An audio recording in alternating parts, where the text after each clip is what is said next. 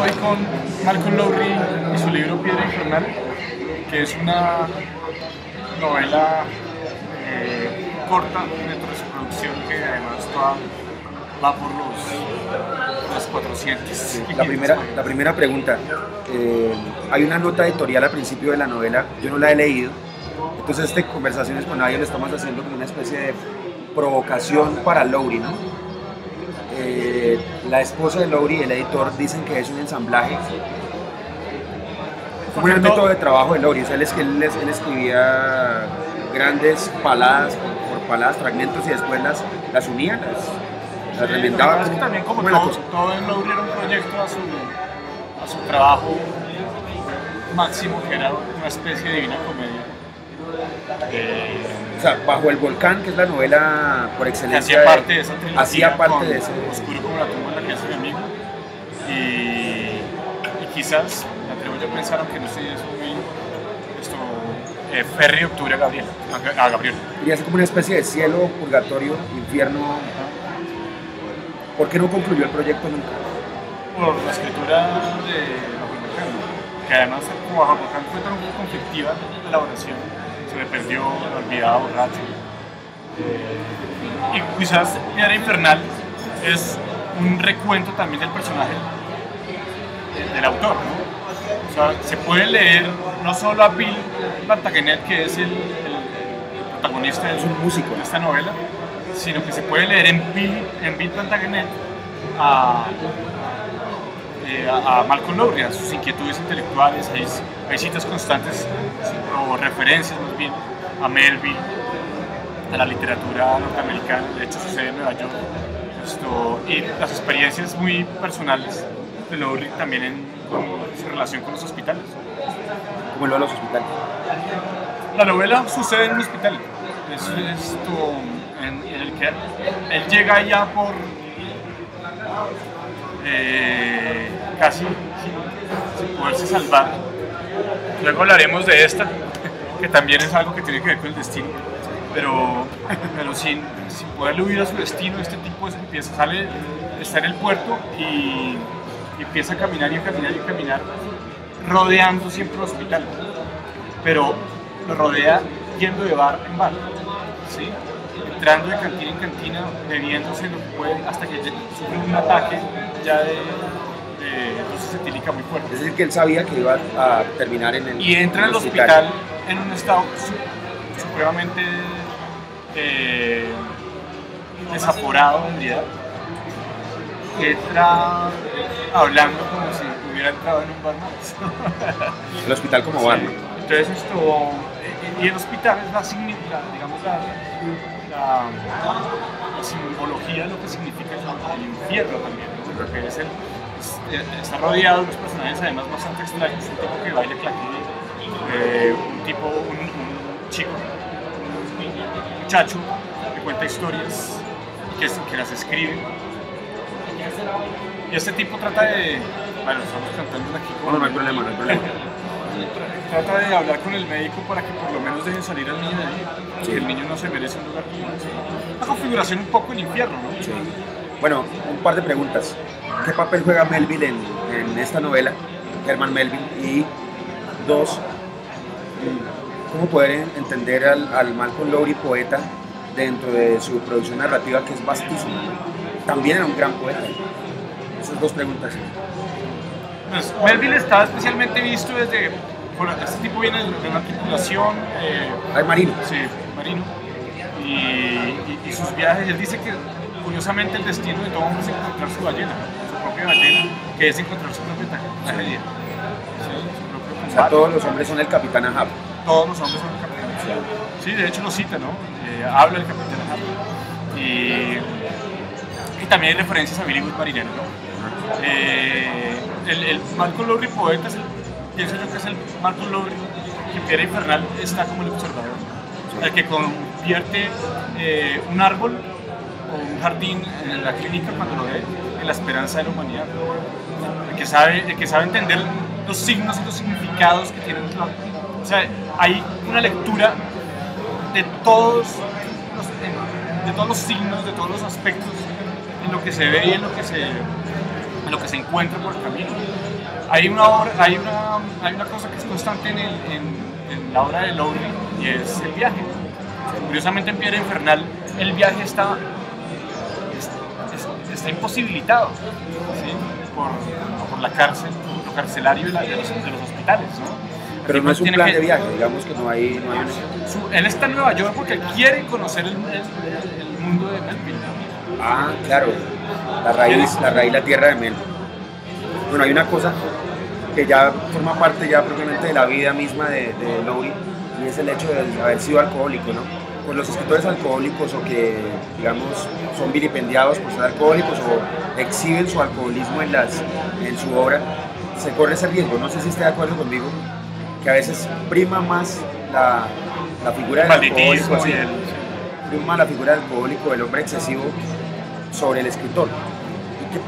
¿Cuál sería la importancia del alcohol en la obra de Melville? Y si tiene alguna importancia, o es simplemente una anécdota. Perdón, no, porque Melville no era alcohólico, le gustaba era comer sardinas crudas. Es decir, no, pues pescado crudo. Ese era su mayor exceso. No, de la obra de Lowry, ¿no? O el alcohol es simplemente una anécdota, digamos, sus excesos alcohólicos son una anécdota y la obra va por otro lado. ¿Cómo es la cosa? Sí, no, el alcohol, con seguridad, en Lowry el alcohol es protagonista, no está ahí como azar, ¿no? Sino que, claro, Lowry era alcohólico, sus personajes son alcohólicos. Geoffrey Firmin en Bajo el Volcán, Plantagenet en Piedra Infernal, Sigurd Wilderness en Guatemala, que ya es mi amigo, o el personaje de Ferry Octubre Gabriel. Es una constante, ¿no? El personaje que tiene problemas con él. Pero su condición de alcohol es simplemente la vuelve literaria porque es una cuestión también vital en Lowry, ¿sí? Y con seguridad le da mejor hablando de lo que es para él algo que corre por su sangre, ¿sí? Le va mejor llevándolo, digamos, haciéndolo literario, ¿no? Pero no creo que haya tampoco una intención de pervertir la narración con anécdotas y chismografías personales, ¿no? Bajo el Volcán, por ejemplo, hay muchas cosas en donde se puede ver la figura de Lowry, pero donde prima especialmente la figura de Geoffrey Firmin, que es un personaje único en la literatura, ¿no? ¿Sí? Creo que en ese sentido Plantagenet también lo es, porque su condición de borracho no difiere la de ningún otro personaje de alcohólico con los mismos, ¿sí? Pero digamos es relevada es por la condición narrativa en este caso de Lowry, ¿no? Se pone al personaje por encima de un simple personaje borracho para darle unas connotaciones literarias, existenciales, personificándolo de cierta forma y ciertos matices, ¿sí? O sea que en ese sentido, por ejemplo, se podría entender en la obra de un tipo como William Burroughs o del mismo Aldous Huxley, que estuvieron muy influenciados por las drogas. Pero muchos de ellos también querían experimentar, ¿no? O sea, sí, hacer eso para llevar eso como un experimento intelectual. En Lowry nada que ver no, eso. No. En Lowry el alcohol, tanto como la escritura, es una tragedia. Sí. La escritura no es en Lowry una cuestión digamos, de divertimento, ni es una cuestión tan sutil y tan amable, sino que en Lowry la literatura, y tanto como el alcohol, se convierte en un infierno y en una tragedia constante. De hecho, la palabra que más se repite en este libro es eso, ¿no? La tragedia. En el caso de Plantagenet, de tocar, de hacer música y haber sido olvidado por su banda, ¿sí? Del amor que se fue, de beber y estar en una clínica por causa del alcohol, y a descubrir en esa clínica a un chico que le cuenta historias, y que esas historias son la reivindicación de la literatura a un personaje que en este caso no quería escribir, Billy Plantagenet, pero que adora lo literario en la figura del niño y quiere salvarlo de ese mundo hostil, horripilante, que son el mundo de los médicos, de los carcelarios. Pues supongo que es una figura de la sociedad también, ¿no? Claro. Una especie de... Además, acuérdense que habla también de la guerra, ¿no? Sí. Mire, quería que habláramos un poco, a propósito de Lowry, de esa gresca editorial que finalmente se publica como libro, Es el editor de Bajo el Volcán. Pero antes, sí, Sí, señor. Bajo el Volcán, dejemos esa para cuando hablemos de Bajo el Volcán. Sí. Bueno. Y más bien, antes de acabar con Lowry, hablemos... No acabemos con Lowry, no, acabemos con antes de que con Lowry acabe con nosotros. nos va a acabar. Es lo que va a suceder con seguridad. Si hablemos de algo que usted y yo siempre nos han quitado, y es, por ejemplo, El fútbol. Lo que se ha pensado y es que Lowry es autor de una sola novela. Ah, sí. Es lamentable, ¿no? De hecho, autores como Juan Villoro, entrevistas como El Pensante, han dicho que sí, sin duda es Bajo el Volcán su novela insignia y Es como un mito, ¿no? su bandera. Pero yo pienso que es una mala lectura, más bien una falta de lectura de la obra de Lowry, ¿sí? Otro también por una serie de equívocos, de malentendidos. Supongo que deja una obra inacabada, en su mayoría, si no estoy mal, inacabada, pero escribió profusamente, era un hombre con un alto conocimiento del arte de la novela. Digamos Teatro que no era isabelino. Sí, exactamente. Digamos que él sentía el peso de la tradición, sabía exactamente qué lugar ocupaba la literatura inglesa anglosajona. Anglosajona en general, sí.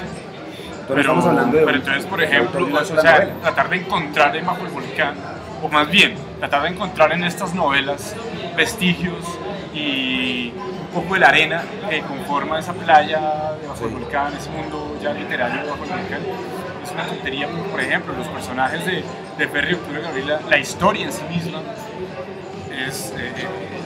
va por otro lugar, ¿no? Sí. Claro, siempre la tragedia, siempre el fuego, siempre ciertos símbolos y señales sobre lo que significa también la muerte, el único destino del hombre. Nuestro destino no es ser felices, el único destino que nosotros tenemos es morir.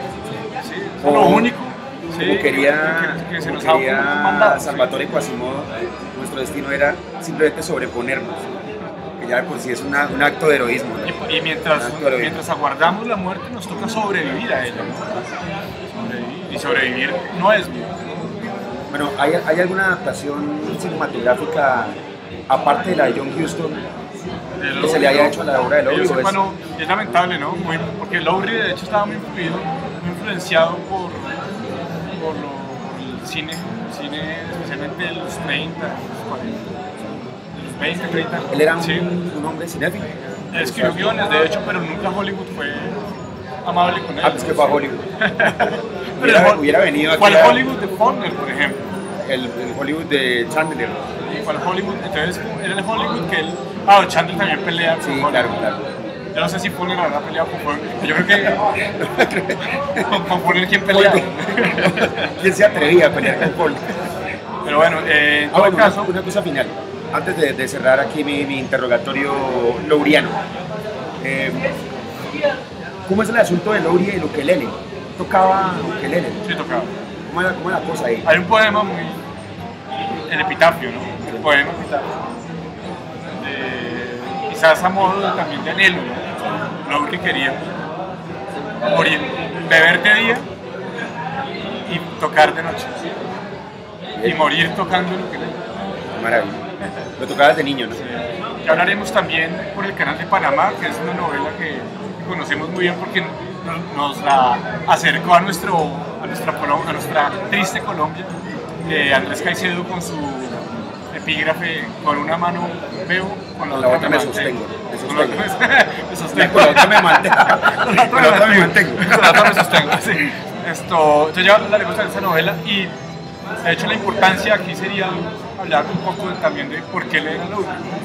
Usted que lo ha leído, A mí me parece ¿por qué que insistir en la obra de Lowry? ¿Por qué buscarlo y releerlo, por ejemplo?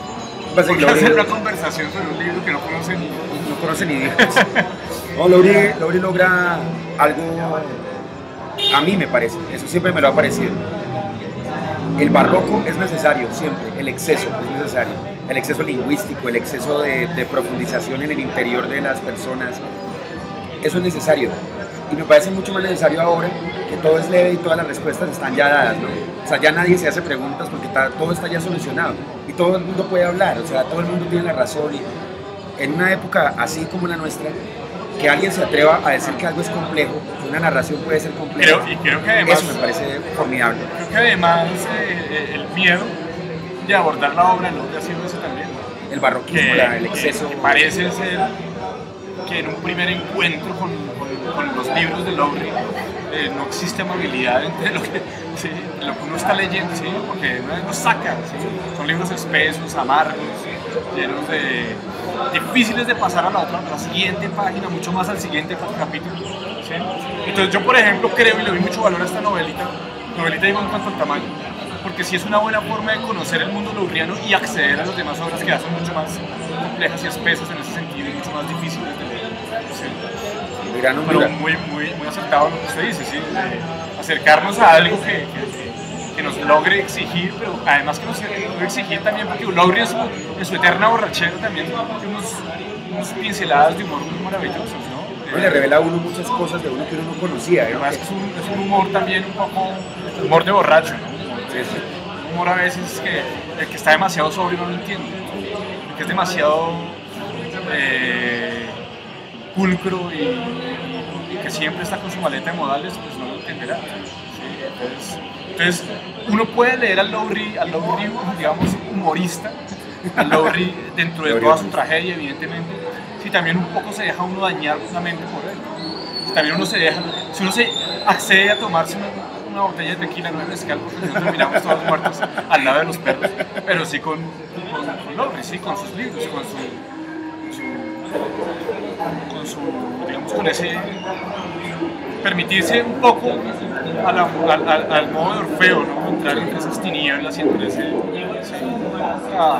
pronto después de eso salga uno victorioso en la relación de amor autor-lector. Qué bien. Bueno, ese era Malcolm Lowry. Con Lowry, muchas gracias. Seguimos en la resaca. Sí, seguimos en la resaca. Aquí está el aspecto.